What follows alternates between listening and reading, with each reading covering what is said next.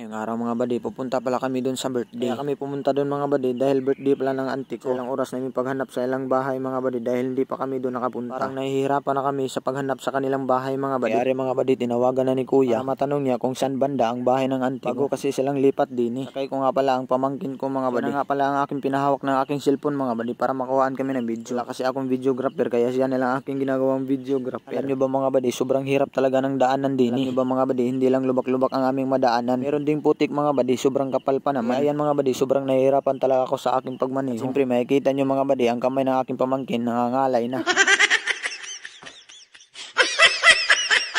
Tingnan nyo naman mga buddy kung gaano kahirap ang aking dadaanan din eh. Sa isang pagkakamali lang namin, siguradong may slide talaga kami. Pero sabi sa sarili ko mga buddy, bahala na, basta makakain lang ako ng inasal. Prepare kasi ng lechon ng aking auntie mga buddy, kahit anong mangyari mga buddy, pupunta talaga ako. At ari na mga buddy, nakalagpas na ako sa may mga putikan. Sa pagpasok ko naman din sa kanto mga buddy, nakikita ko na ang bahay ng aking auntie. At nakikita ko na silang lahat din nakatambay na. Din na pala ang aking mama, papa, kapatid at ang mga pinsan ko mga buddy. Alam nyo ba mga buddy, sobrang tuwa nila dahil sa ilang years, ngayon lang kami nagkita. At tingnan nyo naman si Bimax mga buddy, sobrang putik na. Sino ba namang hindi makaputik mga buddy, pangit yung dinaanan ko. Bahala na mga buddy, basta makapunta kami sa may birthdayhan. Kaya nga pala mga buddy, ang aking tiyahin, sobrang tagal na namin hindi nagkita. Ako'y bata pa mga buddy, palagi akong pumupunta sa kanila. Taon na pala yun ay year 2008. At ngayon lang kami nagkita ulit. Din na rin si Papa at si Uncle Edgar mga buddy. Kaya nga pala, ang James ba ng Kaduloy na si Uncle Edgar Pinuti. Tamang tambayan lang din mga buddy dahil niluluto pa ang mga ibang putay. Habang kami ay naghihintay sa mga niluluto nila, hinihintay rin namin yung lechon.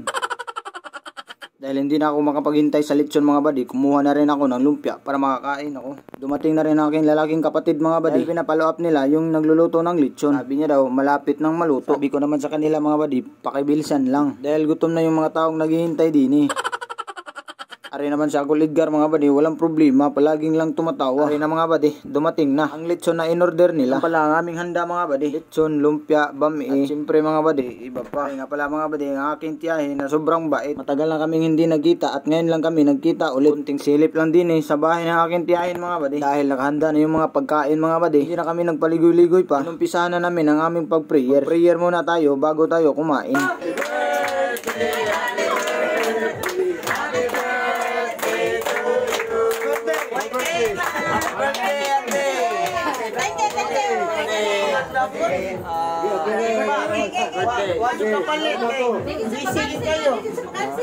Makikita nyo mga buddy, sobrang saya namin dyan. Tapos namin mag-greet ng happy birthday sa aking auntie mga buddy, kumain na rin kami. Tapos namin dyan mga buddy, mag-shoutout muna tayo sa ating mga solid na followers. Shoutout nga pala kay RJ Pubs TV, Apuang Od, Buddy Lopez, Tagalangtad, Argao, Cebu, si Sidoran Husain from Zamboanga City. Maraming salamat talaga sa inyong solid na suporta mga buddy. Sana andyan lang kayo palagi. Hanggang din nilang ating video mga buddy. Maraming salamat sa inyong panonood. Ingat po kayong lahat. God bless.